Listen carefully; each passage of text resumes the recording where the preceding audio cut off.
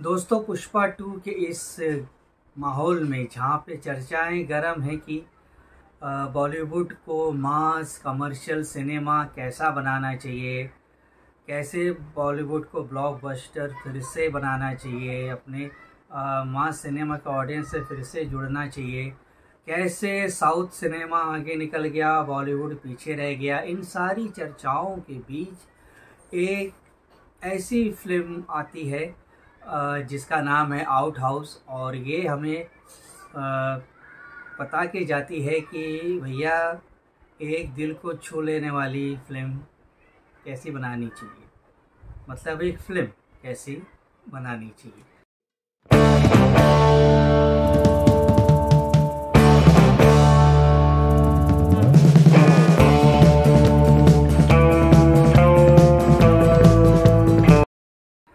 दोस्तों, मैं बात कर रहा हूँ आउट हाउस फिल्म की, जो कि थिएटर में रिलीज़ होगी फ्राइडे को, कल 20 तारीख को। और इसमें मोहन आगाशे और शर्मिला टैगोर की मुख्य भूमिका है। शर्मिला टैगोर काफ़ी अरसे के बाद बड़े पर्दे पे दिखाई देंगी, और साथ में इसमें दिखाई देंगे एक बहुत ही प्यारे से डॉगी जिनका नाम है पाब्लो, और इसमें दिखाई देंगे एक क्यूट सा बच्चा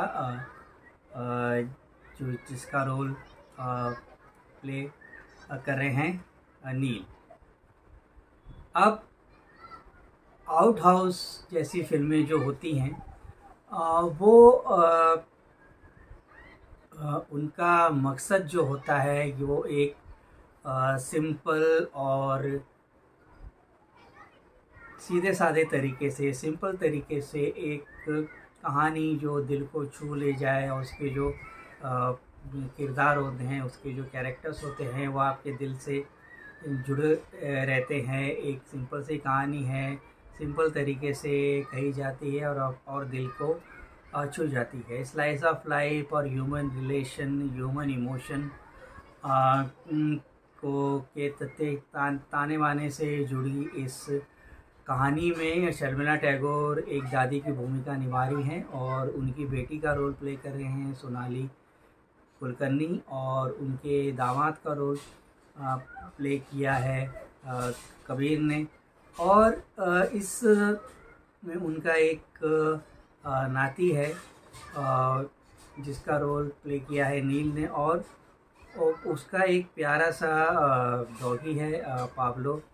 वो अपनी नानी के घर आता है कुछ दिन रहने के लिए, और उनके जो माता पिता है उनकी अपनी बिज़ी लाइफ है, उनकी अपनी मीटिंग्स हैं, तो कुछ दिन वो अपनी नानी के यहाँ रहने आता है, और तभी ये रात को आता है, और दूसरे दिन सुबह पाब्लो गायब हो जाता है।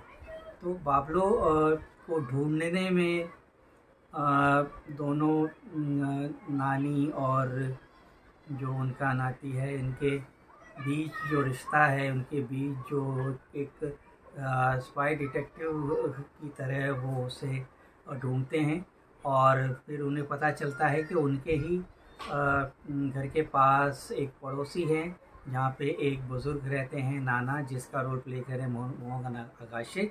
नाना अकेले अपने घर में रहते हैं, वो अपनी अकेली ज़िंदगी में जी रहे हैं। उनका भी एक नाती है जो चाहता है कि वो उनके साथ मुंबई आके रहने लग जाएं, और जो उनकी जो प्रॉपर्टी है वो उसके नाम कर दें, ताकि उनके नाती का जो बेटा है उसके होम लोन में, उसके एजुकेशन लोन में मिलने में आसानी हो जाए।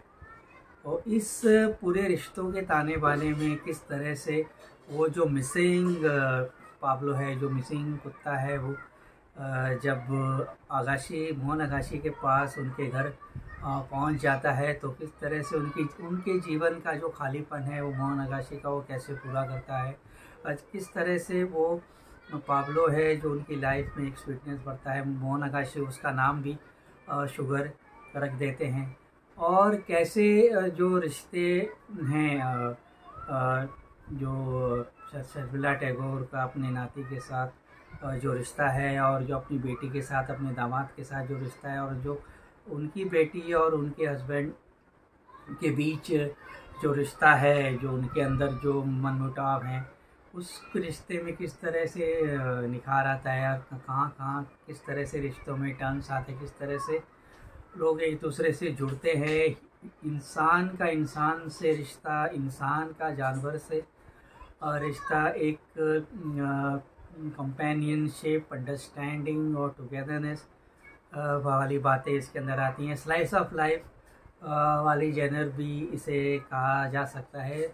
स्वीट सी फिल्म है, छोटी सी फिल्म है, और छोटे छोटे मोमेंट्स हैं, कहीं कहीं पे आपके दिल को छू जाते हैं। और एक बुज़ुर्गों, जो एल्डरली पीपल होते हैं, बुज़ुर्ग होते हैं, वो अपनी ज़िंदगी में रहते हैं तो उनको क्या क्या चीज़ें लगती हैं। एक डायलॉग इसके अंदर बहुत अच्छा है जो शर्मिला टैगोर और मोहन नगाशे कहते हैं कि जब बच्चे जब छोटे होते हैं तो उनके माँ बाप उनको बताते हैं कि बेटा ये ऐसा करना चाहिए, वैसा करना चाहिए, ये तुम्हारे लिए सही है, वो तुम्हारे गलत है, ऐसा करो वैसा करो। लेकिन जब माँ बाप बूढ़े हो जाते हैं और बच्चे बड़े हो जाते हैं तो वही बच्चे उनके माँ बाप की तरह बिहेव करने लगते हैं। और जो माँ बाप होते हैं जो बूढ़े हो चुके हैं तो उनको वो बताते हैं कि ऐसा करो, वैसा करो, ये करो, वो करो। तो ये जो ट्रांसफॉर्मेशन है लाइफ का, और ये जो ट्रांसफॉर्मेशन है रिलेशनशिप का, और ये जो ट्रांसफॉर्मेशन है अंडरस्टैंडिंग का, इसको बहुत ही सिंपल तरीके से लेकिन दिल को छू लेने वाली तरीके से दिखाया गया है, महसूस होता है। कैरेक्टर जो हैं वो आपको लगते हैं कि आपके ज़िंदगी से जुड़े हैं। आपने नाना जैसे कैरेक्टर को कहीं ना कहीं देखा होगा, आपने जो बच्चा है नीलू, उसके कैरेक्टर को कहीं ना कहीं देखा होगा, मिले होंगे, या जो नानी का कैरेक्टर है वो उसको भी आपने कहीं कहीं देखा होगा, आप उनसे मिले होंगे। इन सारे पहलुओं को, इन सारे जज्बातों को बहुत ही अच्छे तरीके से दिखाया गया है, महसूस होता है। परफॉर्मेंस इसके अंदर काफ़ी अच्छे हैं। शर्मिला टैगोर ने बहुत ही अच्छा परफॉर्मेंस दिया है, अपने कैरेक्टर में बराबर बोली हैं, जिस तरह से वो बात करती हैं, जिस तरह से अपने नाती के साथ तो वो स्पाई और एक जासूस की तरह वो पाब्लो को ढूंढते हैं, तो वो एलिमेंट लगता है। साथ में जो बीच बीच में उनके जो मोमेंट्स होते हैं, उनका जो एनिमेशन करके जो आता है वो भी अच्छा लगता है। मोहन नगाशे ने बेहतरीन काम किया है, और अपने कैरेक्टर में दोनों हैं एक ऐसे बुज़ुर्ग जो अपनी बात पे अड़े रहते हैं, अडल्ट टाइप के हैं थोड़े से, लेकिन उनका दिल उतना ही कठोर से कठोर है, अंदर से उनका दिल उतना ही साफ़ है, नारियल की तरह है। तो वो किरदार भी उन्होंने बहुत ही अच्छे से निभाया है। पर्सनैलिटी पे ये कैरेक्टर बहुत अच्छी तरह से जचता है। इसकी फोटोग्राफी अच्छी है, आँखों को अच्छी लगती है।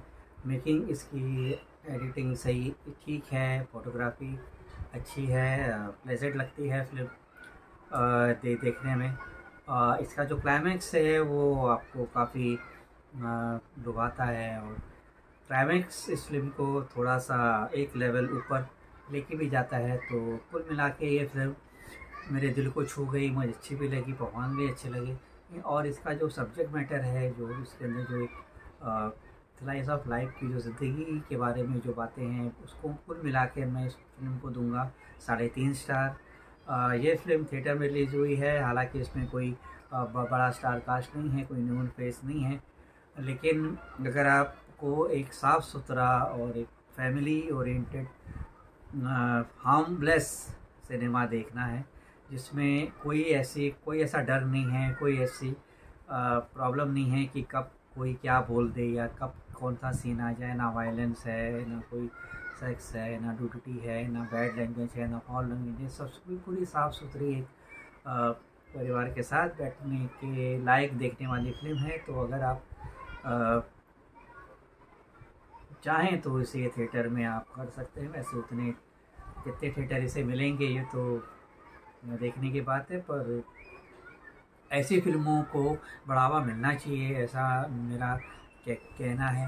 और मोहन नगाशे जो इसके प्रोड्यूसर है, उन्होंने इस तरह के सब्जेक्ट को बैक किया जिसमें कमर्शियल एलिमेंट उतने स्ट्रॉन्ग, उतने पावरफुल नहीं है, फिर भी एक अच्छे सिनेमा को, सार्थक के सच्चे सिनेमा को, एक ऐसे सिनेमा को जो दिल को छू लेता है, उसको उन्होंने दुनिया के सामने मैक्सिमम जगह पहुंचाने की उन्होंने कोशिश की। उसके लिए उनको इस जज्बे को मैं सलाम करता हूं और आपसे आग्रह करता हूं कि आप ये फ़िल्म देखें और अगर आपने ये फ़िल्म देख ली है तो फिर हमें लिखें और हमें बताएं कि आपको ये फ़िल्म कैसे लगी। हमारा चैनल अभी तक आपने अगर फॉलो नहीं किया है तो प्लीज़ हमारा चैनल को फॉलो करें और हमको सपोर्ट दें, हमें मोटिवेट करें ताकि हम इस तरह की जो फिल्में होती हैं उसके बारे में भी बात करें। कमर्शियल फिल्में जो आती हैं, पुष्पा जैसी फिल्में होती हैं, बड़े बैनर की फिल्में होती हैं, पॉपुलर सिनेमा को के बारे में तो हर कोई कहता है, हाँ, और हर कोई कहता है, लेकिन इस तरह की फिल्में जो होती हैं जो उतने नोटिस में नहीं आती, तो उसके बारे में बात की जाए। ऑनेस्ट रिव्यू हम देते हैं फिल्मों, बड़े छोटे बैनर भी हो या बड़े बैनर भी हो। एक फिल्म की जो सही में, सच्चाई में जो अच्छी बातें हैं वो कहने की हम कोशिश करते हैं। बस ये कहूँगा कि हमारा साथ दें, हमसे जुड़े रहें और फिर मिलेंगे हम हमारे अगले वीडियो में। तब तक के लिए मैं आपका विशाल वर्मा आपसे इजाज़त चाहूँगा। नमस्ते, खुश रहे, आबाद रहें और अपना ख्याल रखें, अपनों का ख्याल रखें। और बहुत जल्द हम पूरे ईयर का वाइंड अप लेके आने वाले हैं, तो be stay tuned and have a nice weekend. Good bye, take care, thank you.